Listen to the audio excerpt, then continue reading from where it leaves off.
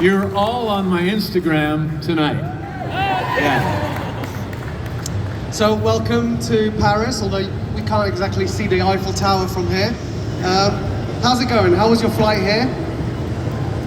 Let's move on from that. Okay, I thought we'd break the ice. I didn't have to fly the plane, so everybody was safe. That's good. So that's good. So we're all fans. I mean, I grew up watching Buffy contre les vampires, against the vampires in France, and yeah, it was fascinating. And you were one of the most beloved characters. You had, I'd say, maybe one of the most interesting arcs, because you went from villain to anti-hero to something that became even more complex. And for me, I have a personal question. J'ai une petite question. When Buffy at the end, quand Buffy à la fin, elle dit je t'aime, I love you, you say no you don't. Do you believe that? So does Spike believe that Buffy didn't actually love him? No, and this is why this is my favorite line. I think what Spike is saying is that, Buffy, you can't love me. I have a soul now, and now I understand what I've been doing. I've been horrible, and you're good. Now, you may think I'm hot. I understand that, but realistically, it's impossible for you to love what I have been. And I think, if you want to... Yeah, donc à la fin, quand Buffy dit je t'aime et lui dit non tu m'aimes pas vraiment, j'ai demandé est-ce qu'il croit ça vraiment? Et oui, il croit ça, et c'est parce que à la fin, tout d'un coup, il a son âme, et avoir son âme lui a donné la vision du passé, et tout d'un coup, il a compris que c'était un méchant et que donc Buffy ne peut pas l'aimer. En vérité. Maybe if there's a little bit of love. Well, I think this is why it's my favorite line. C'est sa ligne préférée. No, you don't. Yeah. Because I thought, when he said that, I thought, now he can grow. Now he can be redeemed. Yes. So what I think is going to happen now is Spike is going to go out into the world and grow up, figure out what to do with his soul, and as soon as he thinks that he deserves her, he's coming back for her, and they're totally getting married. That's nice. That's nice. Yeah, because Spike was constantly after Buffy's approval. Yeah. Constantly after her approval. By the way, I only recently found out that he's not British. I'm only British if you pay me, love. I thought the whole time you were British. No, fooled you. Did I fool you? Yeah, of course you did. No. Good acting, mate. Good acting. What I hear is that I do sound British, but you can't tell where I'm from, and that ain't good. You know. But in all fairness, that's a left-handed compliment. I can't tell where you're from. No, but I think forgive me. I watched Buffy before I knew how to speak English. Moi, j'ai regardé Buffy en français. Et avant que je pouvais parler anglais. Donc, so then when I learned English by watching Buffy again in English. And I did Jurassic Park and a few other things. So then when I sort of met you in English, I was like, wow, he's English. In Sunnydale? What? Oh merde, je dois traduire. I forgot that I had to translate all of this. This is the problem. Jedis.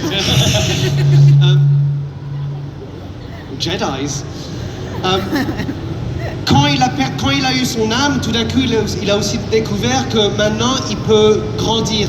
Il peut aller dans une autre dimension, quelque chose, et il peut grandir en tant que quelque chose d'autre, quelqu'un d'autre. Mais peut-être qu'avec cette sagesse, il pourra retourner à Buffy et peut-être qu'ils vont se marier. So, who knows? That would be a good series. And if you read the comic books, which are written by some of the same writers as the TV show, and which are considered canon, they get married. I did not know that. Yes, so suck it, Angel, she's mine. Also, I'm so glad that she did not, that Angel was gone. He was so soppy. Angel. Hein? On préférait Spike avec Buffy que Angel, non? Angel was. I'm Angel. Spike, c'était mieux. Donc il disait que, moi je savais pas ça, mais dans les comics, vers la fin, Buffy se marie avec Spike. Donc je savais pas ça. Donc that would be good. We could see a comeback. I'd like to know as well, what is it like as an actor to be at the mercy of writers? Because you were on such a long-term project, and suddenly you're handed these scripts, and you fall in love with the characters you play and the characters you play with, and then you might not enjoy a particular storyline. So what was that like? Yes. On Buffy, it was a blessing and a curse. Usually, when you do a television show, once you do one episode, you know what you're going to be doing for the rest of the time, because it's always kind of the same thing. When you do a movie, you know what the whole story is before you decide if you want to do that or not. With Buffy, oh, go ahead. No. With Buffy, I never knew what they were going to ask me to do. And at some point, it was season 6 or 7, 6, where I realized I had to wear or not wear anything that they said and do whatever they decided to have me do to whoever they wanted me to do it to, no matter how I felt about it. Right. And it got to a point where I didn't want to read the scripts. I was terrified because some of the stuff they made me do shattered me. Wow. And sent me into therapy. Oh, for real? Oh yeah. Wow. But it was good therapy, and that's why I'm happy today. That's good. Yeah, I remember the scene where Spike had to wear a Hawaiian shirt, and you even said, "Am I scary now?" And you're like, yeah. So was that one of the moments, or was that? Did you enjoy becoming a comic relief?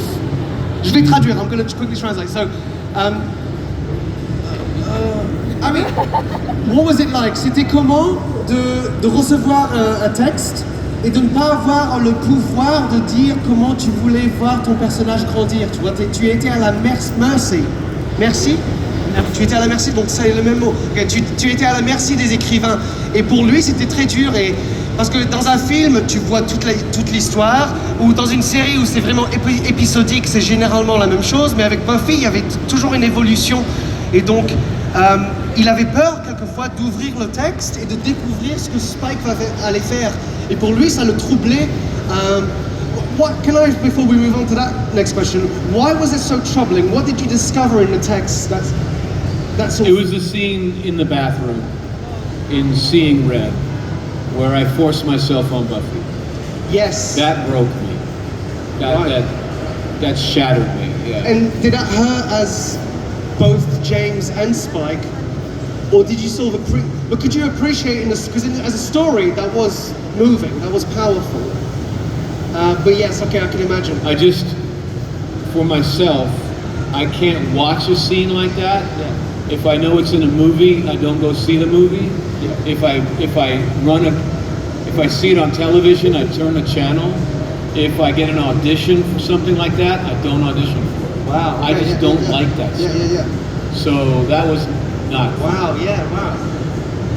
So that, in a way, that must have been a sort of healing and transformative, like you said, in therapy. The fact that you were so forced. Yeah. Donc c'était la scène qui parlait, c'était dans la salle de bain où il se forçait sur Buffy.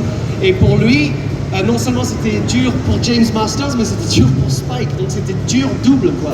Et si on l'offre un texte où il doit faire ça en tant qu'un comédien, il dit non.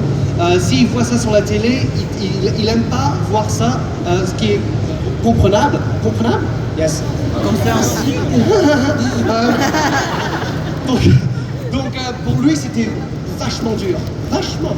I will say, as an artist, it's good to be outside of my comfort zone. If you're too comfortable, you're not doing anything very interesting.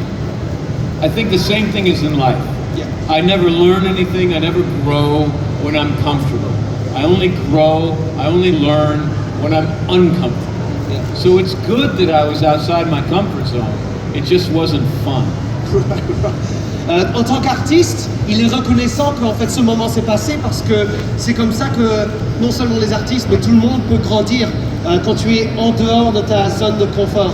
Et donc il est reconnaissant mais il n'a pas aimé ça, which is understandable. Yeah.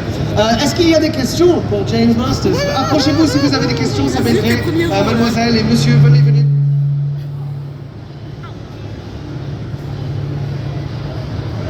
Nice to meet you. Hello. So, what was it like for you to be a guest in Supernatural? I remember that you played one of the most powerful witches in the show, and what is funny is that lots of actors from Buffy and Angel appeared in Supernatural. Yes, it was only, the question, if anyone didn't hear, how was it to go on to Supernatural? It was wonderful. I only learned that Charisma Carpenter was a nice person when I did Supernatural with her. I'm a punk rocker. I'm a subversive artist. And when I saw Cordelia, that cheerleader, I knew if I talk to that cheerleader, I'm gonna say something that's gonna get me fired. You know, seriously. So I never talked to her at all. I just boom, you know. And then we were shooting Supernatural, and I was like, I'm so sorry. I've been judging you. You're actually nice. She's like, yeah, I am. And I said, I thought you were like, you're such a good actor. I thought you were your character. You fooled me. I'm so sorry. Yeah, so that was wonderful. And then Jared and Jensen, the two leads on Supernatural, are wonderful. They are immune to fame, and fame is not healthy. Fame will tempt a person to think that they're better than other people, or that their opinion is more important than other people, or the world should bend around their will. And if you're exposed to fame long enough, it will bend you. It's like radiation. The longer you're around it, the sicker you get. Right? Well, that's a good way to Right? describe it. Yeah. And Jared and Jensen are immune to fame. It just rolls off their back. They're totally normal, and it's one of the happiest sets I've ever been on. Il a vraiment adoré travailler sur Supernatural. Ça s'appelle comme ça en français, Supernatural. Et avec Charisma Carpenter, au début sur Buffy, il voulait pas l'approcher parce que lui c'est un peu un anarchiste, hein, c'est un punk rock. Et donc il se disait, le Cordelia c'est une salope, je pourrais pas. Wow, je traduis, j'ai fait mon meilleur. I called her a bitch. Not Charisma, Cordelia. She was a bit of a bitch, right? Et donc lui, il se disait, c'est vraiment une bitch, je peux pas l'approcher, je vais lui dire quelque chose. Et quand il a travaillé avec elle sur Supernatural, il a dit, oh wow, tu es une comédienne. Et il croyait vraiment qu'elle était tellement forte avec Cordelia qu'il croyait qu'elle était comme ça. Et en fait, elle est sympa. Et avec, because I've not seen the show, Jared and Jensen. J'ai pas vu le show, I don't have time. Donc, Jared et Jensen, une chose qu'il a adoré avec eux, c'est que ils sont célèbres, mais ça ne les touche pas en quelque sorte. Pour lui, être une célébrité, c'est comme un poison, et c'est de la radiation, tu vois, ça peut vraiment t'empoisonner, et les gens croient qu'ils ont un super grand ego, et tout d'un coup, ils font chier, quoi. Et Jared et Jensen, ils sont cool. Et il a adoré ça. C'était un de ses temps préférés. So working on that was one of your favorite times. I have unfortunately not seen the show. So Boo!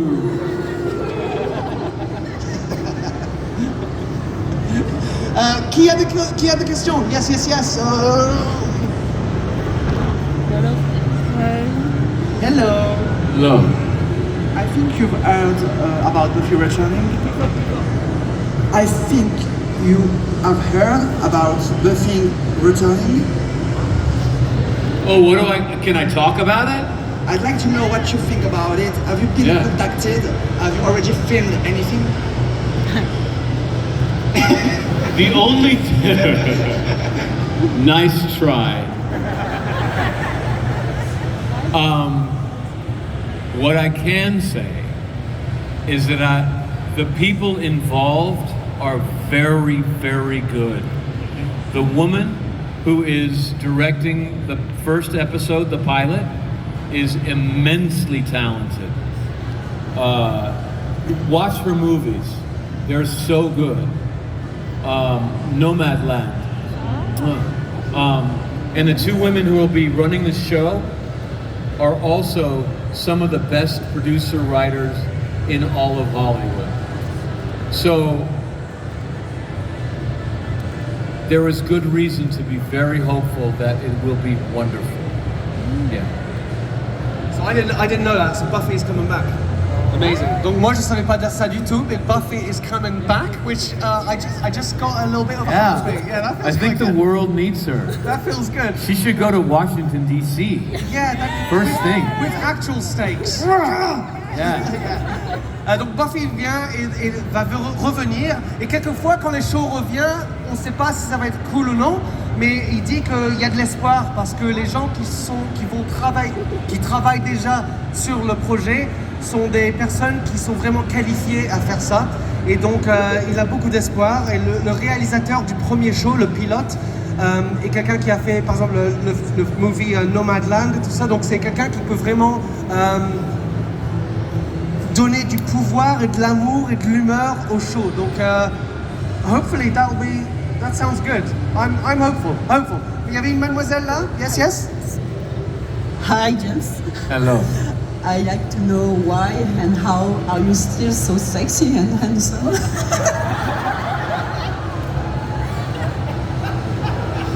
Blood of the innocent.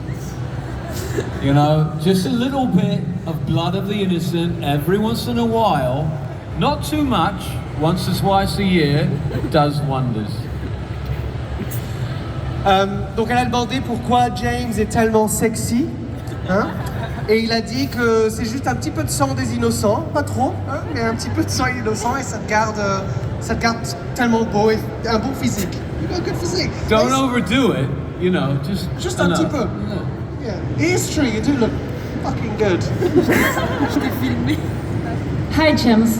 To embody Spike, have you studied some old movies of Dracula with Christopher Lee or Guillermo? No. When I got cast as Spike, I only had 3 days to prepare. What? Really? Yeah. They had been looking for someone to play the character for months and hadn't found anybody. So they scraped the bottom of the barrel in Hollywood and found me at the last moment. Wow. Ok, donc elle avait demandé que c'était quoi son inspiration pour Spike. Est-ce qu'il a regardé des films et tout ça? Mais en fait, il avait juste 3 jours pour se préparer pour Spike. Donc ils ont cherché pour des mois et ils n'ont rien trouvé. Et tout d'un coup, à Hollywood, caché quelque part, ils ont trouvé James Marsters. Donc il avait 3 jours à se préparer. Donc so it sort of just flowed naturally. It was Yes, I did. I took the walk that Malcolm McDowell had in a movie called Cat People, which is a very weird film about people that turn into cats. yeah, 1950s, right? The remake You watched a remake. in the 80s. Okay. Paul Schrader directed it. Okay. It's weird, but Malcolm McDowell has this predatory walk in it, and I was like, when I saw it, I was 12, and I remember thinking, I'm gonna rip that off. That I'm gonna use. And then I thought a lot about Rutger Hauer in Blade Runner, and how he was cool, very simple, and very scary without having to do much at all.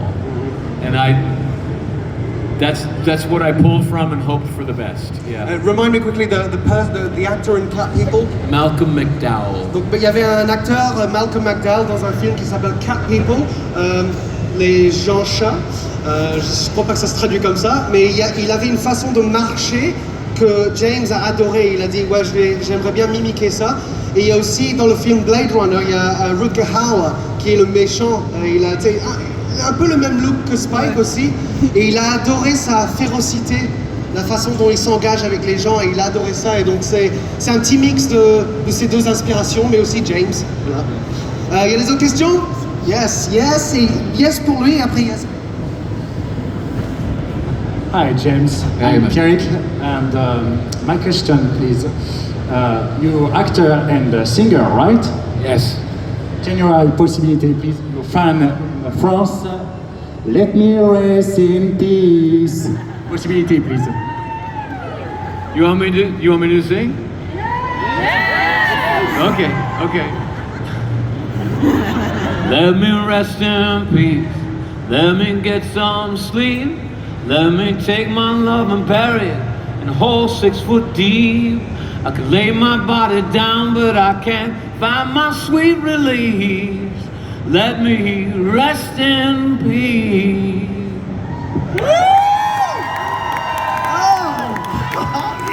It's so easy to make people happy when you've been on television. Yeah, but you're good at it. Yeah. You're good at it. Mate, I interview some people and sometimes they give me nothing. This is beautiful. It was so funny. I got out of the hotel and I walked into the car at the hotel, and he was sitting next to me, and I was like, act professional. So, Comic-Con, huh? Yes, amazing. You were very cool. Thanks, man. Thanks. It was all an act. Hello. C'est aussi une question par rapport à sa carrière musicale. J'aimerais savoir s'il a de nouveaux projets musicaux. Well, this is a good transition. Have you got some future projects, musically speaking? And yes, she would love to hear about them. I'm flying back to Los Angeles tomorrow because day after tomorrow I'm in the recording studio with the band that I'm in, Ghostoftherobot, and we're finishing up our 7th album. Wow. Yeah. Ok, ben, la question est parfaite. Il retourne à Los Angeles demain, et le lendemain, il est dans un recording studio. Je sais pas comment on dit ça, mais il va faire son 7e album avec son groupe de musique. Donc, yes, ça sort. When will it be out, do you think? Come on, James, when will it be out? The bassist has written a song that he won't rehearse with me, but then when we get into the studio, he is very particular about what he wants. Yeah. We've been in the studio 3 times. He hasn't got what he wanted, so I don't know. I'm trying. Hello. Hello. It's a bit of a silly question, but basically I take cinema classes in my English major, and our teacher makes us study Buffy the Vampire-Slayer episodes. And how do you feel about having a bunch of students having to write essays about stuff that you've been in, episodes of the show? I think that Buffy is so well written that it stands up to scholarly research. There is Buffy research, there is Buffy studies, isn't it? Yeah. You want to translate that? Donc elle étudie le cinéma et aussi littérature et ciné. Donc elle étudie ça, et son professeur, quelquefois il regarde des épisodes de Buffy, et elle a demandé comment est-ce qu'il ressent ça, et pour lui il dit que bien sûr Buffy est tellement bien écrit que ça a de la valeur à être étudié, which makes sense. It's so successful. Of course it's well written. Yeah, you know? and the thing is,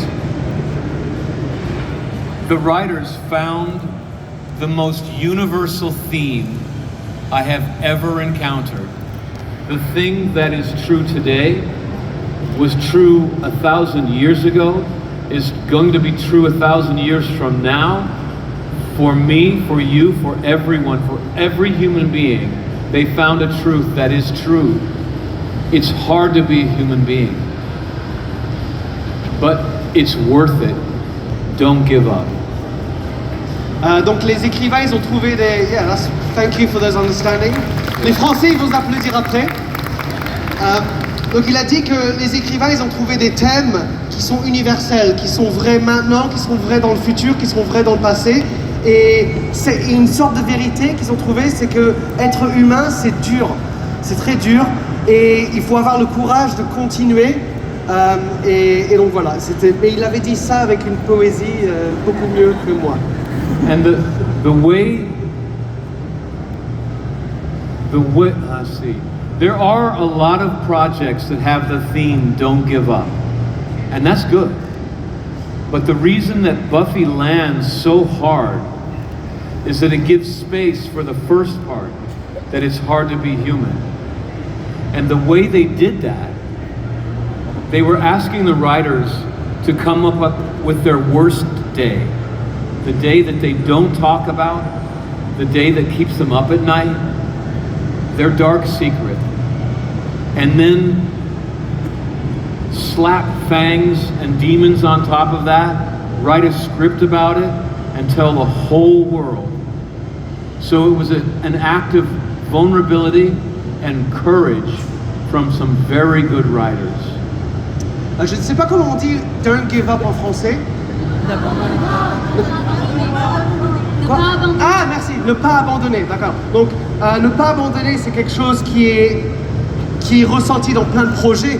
Mais la raison que ça a vraiment marché avec la série Buffy, c'est que ils ont vraiment pris du temps et les écrivains, ils ont été vraiment demandés d'être vulnérables et d'être courageux.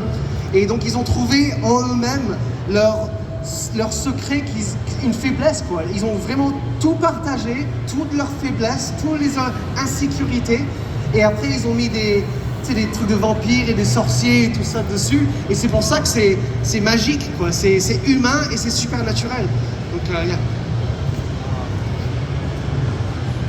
Il y a des questions? Yeah, so if you watch the show again, ask yourself, what did the writer go through? Sometimes it's very scary to think, oh, I think I know what they're actually talking about here. Oh my God. Because some of it's very painful. Yeah. Un bon exercice, c'est de re-regarder le show. Re-regarder? Yes! C'est de re-regarder le show et de se demander comment est-ce que les écrivains, ils ont trouvé ça en eux-mêmes. Tu sais, ça doit être dur de partager tout ça, parce que quand tu donnes un texte à l'équipe savent que ça vient de toi, et donc c'est dur. Donc ça serait un bon exercice. Are there more questions? Yes, yes, yes. Yes, yes.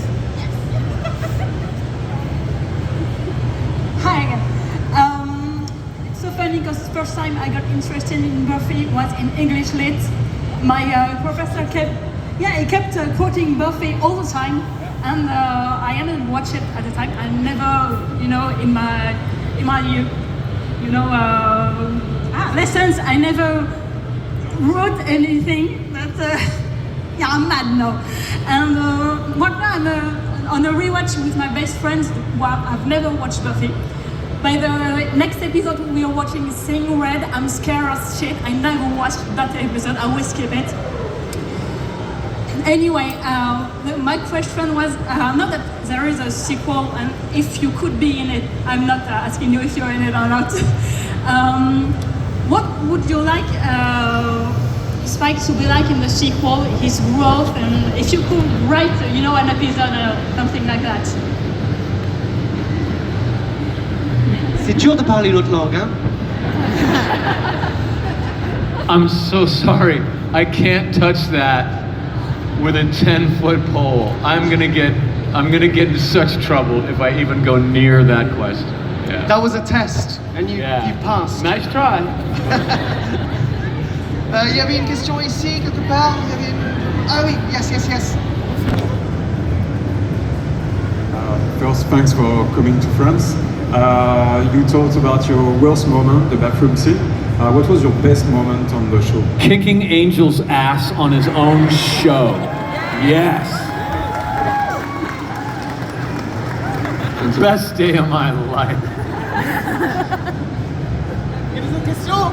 Venez plus près, s'il vous plaît, mademoiselle. Yeah, hi. So we're doing a rewatch right now of Buffy and we can't decide which one is the best season, so we're disagreeing on it. So what do you think was the best season of Buffy overall? 6. Yeah. How come? Yeah. There was this moment, we had just done the musical, and we were riding high, and then we did the next episode, Tabula Rasa, and at first we were like, man, we missed the musical, we want to sing and dance, this one's boring. And then suddenly, I remember the whole cast was in the magic shop, and someone said, guys, I think this may be one of our best episodes as well. And 2 back-to-back like that, I thought, oh, I think we're peaking.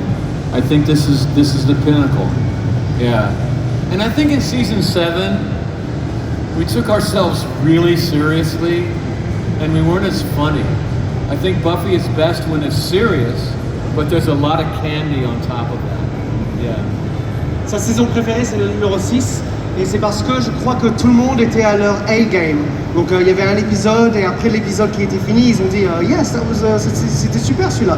Et après ils ont fait un autre épisode, Tabula Rasa, et ça vraiment, there was flow. I'm assuming there was like creative flow. Je sais pas comment on dit flow, c'était comme une fleuve. Tout marchait bien. Et après la saison 7, ils se sont pris un peu trop au sérieux. Et il dit que pour lui, Buffy, ça marche bien quand il y a une bonne balance de sérieux et de comédie. Et donc pour lui, saison 6, c'était la meilleure. Oh, and by the way, one more thing about the writing, because I'm such a fan of Buffy because of the writing. Writers in Los Angeles, almost all writers in Los Angeles are Buffy fans. Many of them decided to be writers because of Buffy. And right now, all the writers of Los Angeles are trying to get a job on the reboot. It's like a feeding frenzy. Yeah, yeah. Pour lui aussi, une des choses qui a vraiment fait Buffy, c'est les écritures, les textes. Et il a vraiment beaucoup de respect pour les écrivains qui ont créé Buffy. Et les écrivains maintenant à Los Angeles, ils ont tous été inspirés par le show. I mean, I became British because of Buffy. I'm Giles, hello. Et donc, ils sont tous inspirés par Buffy, et maintenant il y a la nouvelle saison qui va arriver, ou la nouvelle production, et ils veulent tous travailler sur Buffy. Which says a lot. It does say a lot. Yes. I love it. You and I are like the Beastie Boys up here. We're just like rapping. What's up, Bubba? Hi, I would like to know, in the TV show Buffy, did you prefer to play the bad guy or the good guy? What's Bad guy. your favorite? Bad guy. Okay, so. Yeah. Thank you. Oh my God. When you play a hero, it sucks. Because you're always running. Have you noticed in movies, in TV shows, they're always running somewhere. So they call action and you have to start running every single time. And you're always like, everyone's complaining that you're not saving them fast enough or you're doing it wrong. And you're always dredging up some childhood trauma so that people feel sorry for you or whatever. And it's excruciating. When you play a villain, none of that. You just lurk. And you wait for the hero to come sweating and huffing and puffing and running by, and you leap out of the shadows, you pop in the head, and go home. Because when you're a villain, you don't care about anybody. So you don't have to dredge all that stuff out. You're just like, whatever. Yeah, easier, yeah. Alors, Yul, we have liked to be immortal. Est-ce que tu aurais aimé être immortel? No way. No. I think that I have the psychological strength to deal with the pain of about 80 to 90 years here. Because there's a lot of pain in life. You can't get away from it. You love someone and they die, or they leave you. you try to do something and you might fail. There's so many things that we have to try to not be crushed by. And I think that I can live here for about 80, 90 years and not be crushed. So far, so good. But I think if I were to be immortal, that weight would be too much. Donc la première question c'est est-ce que tu préférais être méchant ou bien? Il préfère méchant parce que les biens ils doivent faire plein de choses, ils doivent penser à tout le monde et il y a du trauma et ils doivent être vulnérables tout le temps. Quand tu es un méchant, tu peux faire chier le monde en fait. It's just easier and fun I suppose because tu peux emmerder le monde quoi. C'est plus fun. Et est-ce que tu aimerais bien être immortel? Pour lui non, parce que il y a tellement de douleur dans le monde et je crois que c'est clair qu'il peut prendre la douleur des autres, hein, il peut vraiment comprendre la douleur des gens et donc il dit qu'il a la puissance psychologique d'être sur Terre pour environ 80-90 ans. Je crois qu'il peut le faire, mais après ça, sinon, je crois qu'il y a tellement de douleur que pour lui, il va être écrasé. Et donc, ouais, Infinity Life, c'est trop quoi. 90 ans, c'est pas mal. We've got time for 2 more questions. Is that okay? Yeah. 2 autres questions, mademoiselle, yes? Hi. You've been on a lot of fantasy shows. We mentioned Supernatural, but there's also Warehouse 13, if you remember, Smallville, Torchwood, which was amazing. I was wondering if, and it's always bad guys too, kinda. So is it a personal preference? Is it typecasting? Why is it always the same kind of shows and characters? I am a fanboy. I saw the very first showing of Star Wars in the world. I was a Star Trek fan. I started conventions. When I started, I was one of the fans that started all of this. When I was going to conventions, it was only Star Trek. And then later, this horrible show called Space 1999, it sucked. But this all kicked off with Star Trek, and I was there. So I love science fiction, I love fantasy, and I think because of that, I treat it with the same respect that I would Shakespeare or anything else, and I can give myself to it fully, and I think that helps me. Il peut donner beaucoup à tous les jobs qu'il fait parce que pour lui c'est un fan du monde fantasy et tout ça. Il a grandi avec Star Trek, Star Wars. Il a dit qu'il a vu le premier, the first Star Wars film, but the premiere. No, 9 months before the premiere. Donc 9 mois avant, donc à Los Angeles quelquefois tu peux voir tout ça. Donc il a vu tout ça, il a vu les Star Trek. Il avait même commencé une convention comme ça pour Star Trek. Et donc pour lui, c'est vraiment un fan de ce monde supernaturel. Et donc il donne tout. Mais ta question c'était, est-ce qu'il le fait parce qu'il aime jouer les méchants ou est-ce qu'il est typecast? Donc yeah, I suppose the question was also like, do you go more for bad guys because you love it, or is there a bit of typecasting as well?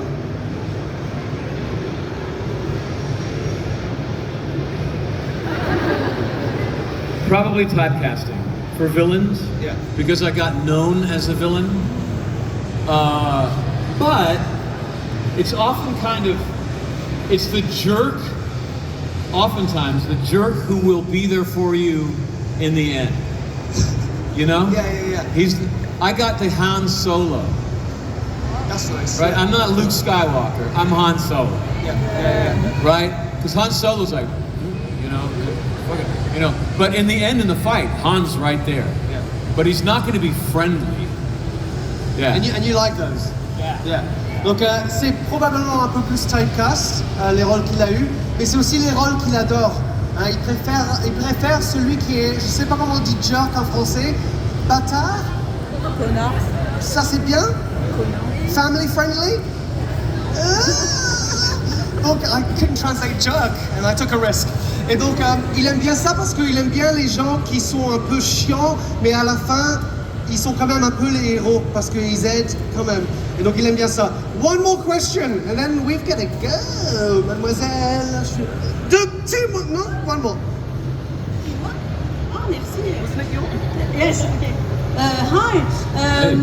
I wanted to talk about the Audible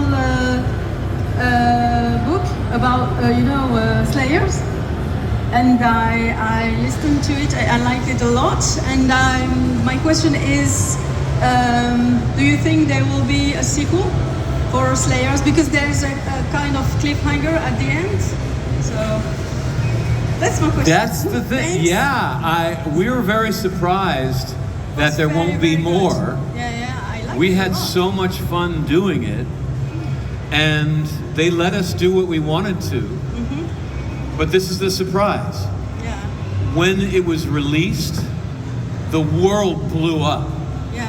That it was the #1 download on the internet for a long time. The press went crazy. Yeah. And at that point, Disney said, no more. It's a And we're shame. like, what? It's a We're shame. too successful. We're not going to do more because we were very successful. We were very confused. But we thought, oh, they probably have a plan for a Buffy reboot. Yes. And they don't want us to get in the way of that. And that's what happened. Yeah. Well, it was very good. I wanted to say that. I Thank you. enjoyed listening to it. Yeah. Thank you. Thank you. Donc voilà, vous êtes amusés? Vous avez adoré James? Thank you so much for being there. I think France is very grateful for your work. Oh, I love France. I'll come back many, many times. Love you all. Mesdames et See you messieurs, later. James Marsters!